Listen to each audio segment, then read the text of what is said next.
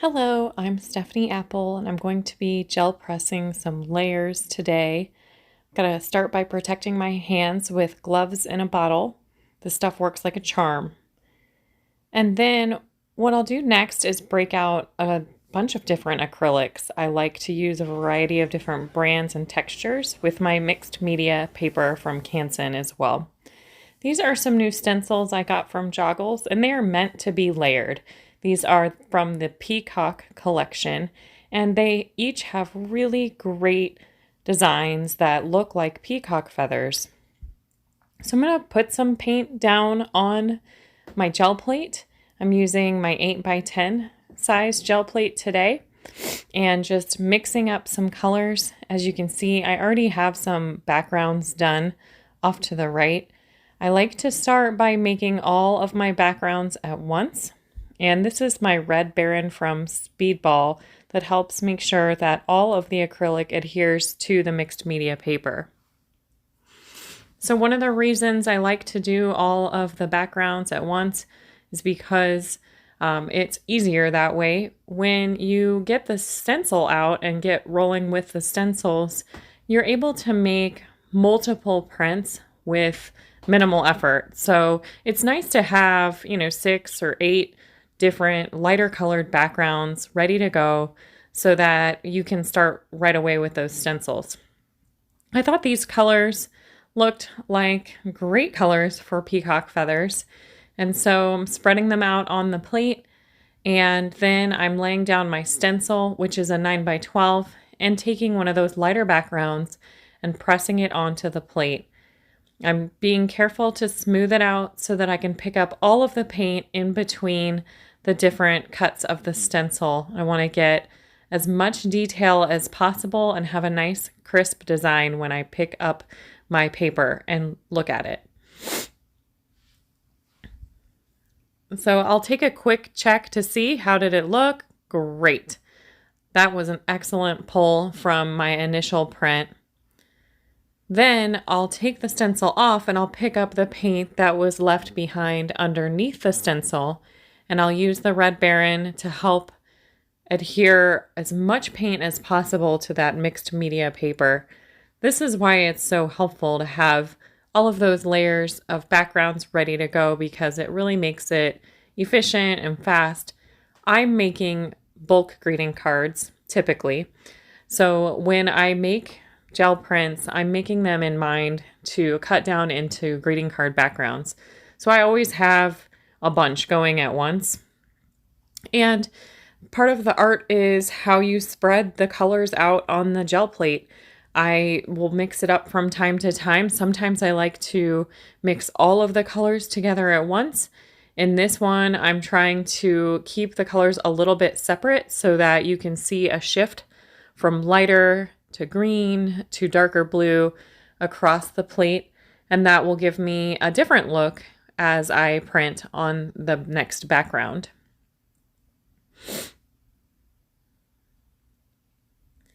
And so again, I'll just push down and try to pick up as much paint as possible. The mixed media paper is a little bit thinner, but still very durable. So it's a little bit easier for me to tell with my fingers if I'm picking up all of the paint. Whereas if I was using Bristol or watercolor paper, it would be a little bit thick and it would be harder for me to be able to tell how I was doing.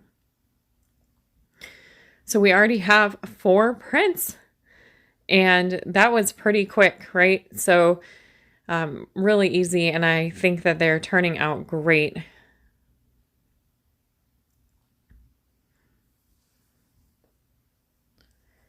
These darker colors are making a nice contrast on the lighter blue background. This time I'm just mixing it all up, right? So I have spread the colors out pretty evenly across, but I didn't mix them. I didn't swirl them or mix them. So I didn't blend the colors. I just put the paint drops on the gel plate, used my brayer to smooth them out a little bit so they're not too chunky. And then I pressed my mixed media paper into the stencil. And so that'll get yet a different look than the previous prints had. So it's kind of fun to play around with what techniques you like and that made it really nice and bright. I didn't pick up all of the paint. I was kind of chunky with my paint, so that's a sheet of deli paper right there. And deli paper is wonderful for gel pressing, and yes, it is the type of deli paper that you would get wrapped around your sandwich at a deli restaurant. But that'll help me get the rest of the paint picked up so that my ghost print or my next print is a little bit more clean. And then I like to use those deli papers in other things, collages or greeting cards or other types of backgrounds. So it makes for a really nice design with a different type of texture. And I just love how that turned out, the reverse of that previous one. So now I'm going to break out another layer of Shake Your Tail Feather, I believe is what that's called. And so we'll go back to these prints that I've already put layers on, and we'll get another layer, which is how these stencils were designed. And there's no right or wrong way to do it, which makes it super fun. You can just explore and try it out. So I'm just going to go for it. I grab one of my sheets. I picked yet a different blue. It's a little bit darker.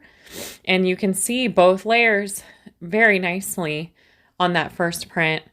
Again, I still have a lot of paint left on there, so I'm grabbing that same sheet of deli paper and picking up some excess paint. I didn't worry about going around the edges too much, but I did pick it up a little bit more in some of the detailed areas. And now I'm going to print again. I can tell I'm hesitant because I love the original layer so much. It's hard to add layers when you've got something you already like, but it's worth it because you can get a nice unique design. But I'm struggling with it, right? Like, which way do I put it on there? But now I've decided, and I pushed it into my gel plate, made sure I picked up all of that paint, and that turned out to be a really cool looking layer. Again, these are going to be cut down into, I think I'm going to do A2 size cards, so that's 4.5 or 4.25 by 5.5. Okay, and then I get a little crazy and add some pink on there to give it a different look. I know peacocks don't typically have a ton of pink, but my greeting cards can. So I didn't cover the whole plate with pink, just some spots on there so that I can add a little bit of extra dimension to my layer without completely covering up all of the original layers. And decided to flip it over to see what I liked the most when I was lining it up.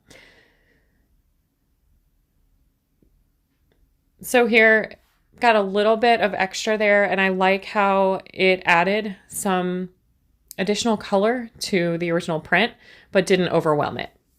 And so there's still some of that color left on the plate, so I take a different print and pick it up.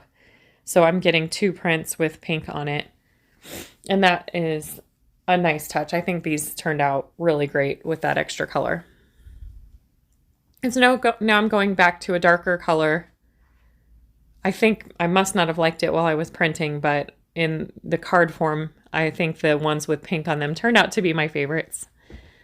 We'll see.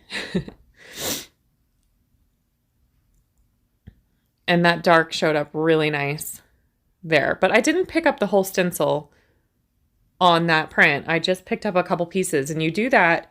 If you don't want to pick up the whole stencil, what you want to do is just lightly push down on one section of the paper, which I did, and then that gave me the opportunity to pick up the rest of the paint with my deli paper and use that for some different project.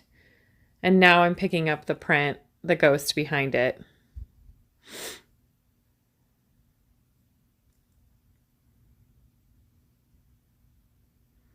And it looks really cool. And for the final layer, we have the last and most detailed. So I decided to put some white out. I thought that would make a nice highlighted look with the detailed feathers. You know, you can start with the detailed layer or you can finish with it. It's totally up to you, and I highly encourage that you experiment because in art, obviously, there's no right or wrong answer. So I decide that I'm a little scared of all that white, so I just push down on a spot on my paper, and I thought, okay, I like that, so let me get another spot. And that detail looks really cool. So I'll get a little bit braver on the next one and add a little bit more. So putting both hands down and picking up all of the paint that's left. And so I get a little bit more of that white detail around the next print. Then I see that there's still a decent amount of white, and I want to make sure that that wonderful detailed stencil has a nice look to it when I take off the stencil. So I use Deli Paper to pick up some excess paint, and then on this one, I decide to take that approach where I'm just pushing down on parts of the page. I'm not trying to pick up the whole image, just parts of it. That's a technique I use a lot, and I think it makes for some interesting designs, especially when layering. So then I pick up the rest of it on this one and get some good detail.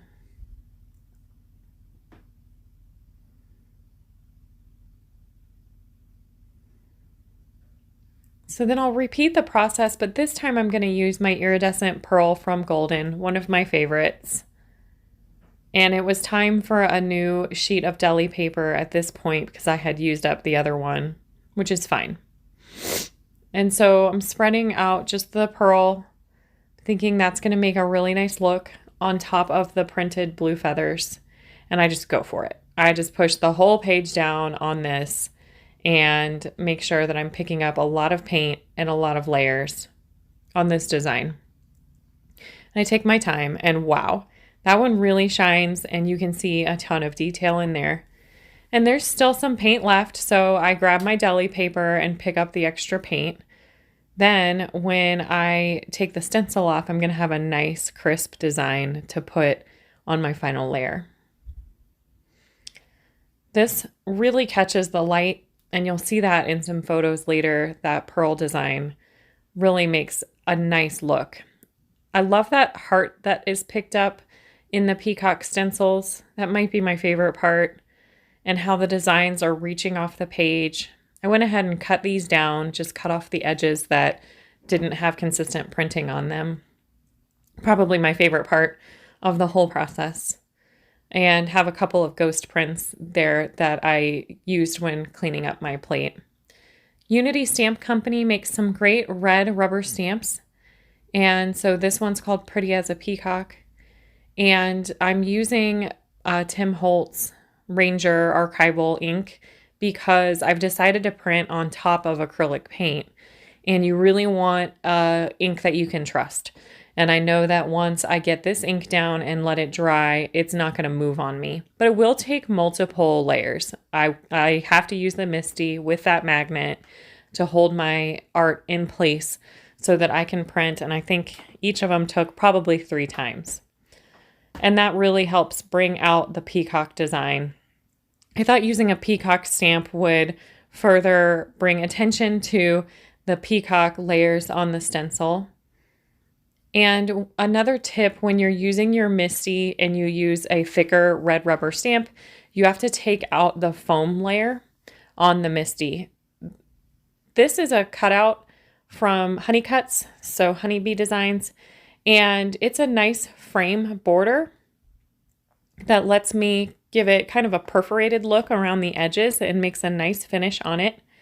You won't really see that detail very well from far away, but I'm going to use my Big Shot by Sizzix to cut out these designs to the A2 size. And it's nice because it helps me almost act as a viewfinder. Because it's thicker paper with a layer, well, several layers of acrylic paint on it, I have to run it through the machine a couple of times. And that is completely normal. It does take some extra effort, but it's worth it because of the extra layers and the nice look it's going to give you. So I'll use that die cut to help me pick out what I like from the image. And now it's time to stamp.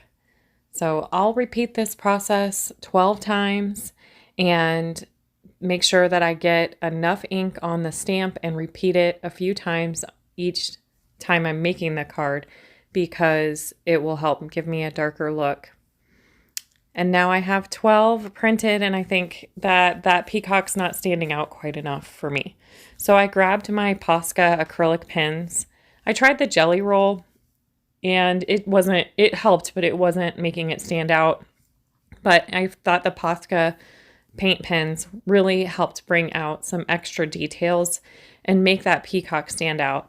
It stands out pretty well on some of the lighter prints, but on some of the darker prints, it just was not as, I guess, bright as I would have hoped. So this extra white highlight really brings out the dimension and detail and gives it a nice look. And then I also have a green that I'll use as well on some of the prints. And so for a little while here, I'm going to take my time and just color in some of the feathers, add some dots and some details, and enjoy the process of just bringing out some of the extra highlights that I wanted to see. This was kind of fun and relaxing. I enjoyed getting to use my markers, and it was almost like using an adult coloring book, which isn't really something I've done before, but I know it's very popular for mindfulness and things like that.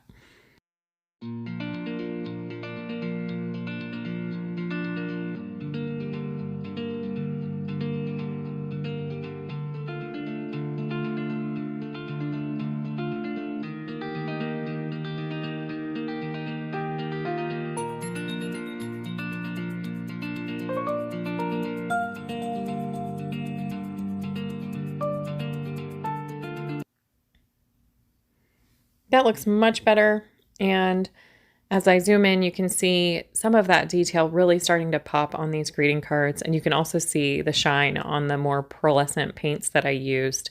So next, I'm going to grab some of these prints and some pre-paired A2 white greeting cards, and I'll go ahead and use my Scotch Advanced Tape Glider to adhere the paper to the greeting cards. The Advanced Tape Glider is pretty fast and easy to use. I'll do a demonstration on that in the future. And then, of course, I stamped my brand on the back of each of the greeting cards, which was always my favorite part to finish. So all in all, they turned out pretty cool. I like the layers, and it makes for a really unique piece of art that I'm sending in the mail. If you enjoyed today's video, please subscribe to my YouTube channel and head over to my blog at Apple+Made.com.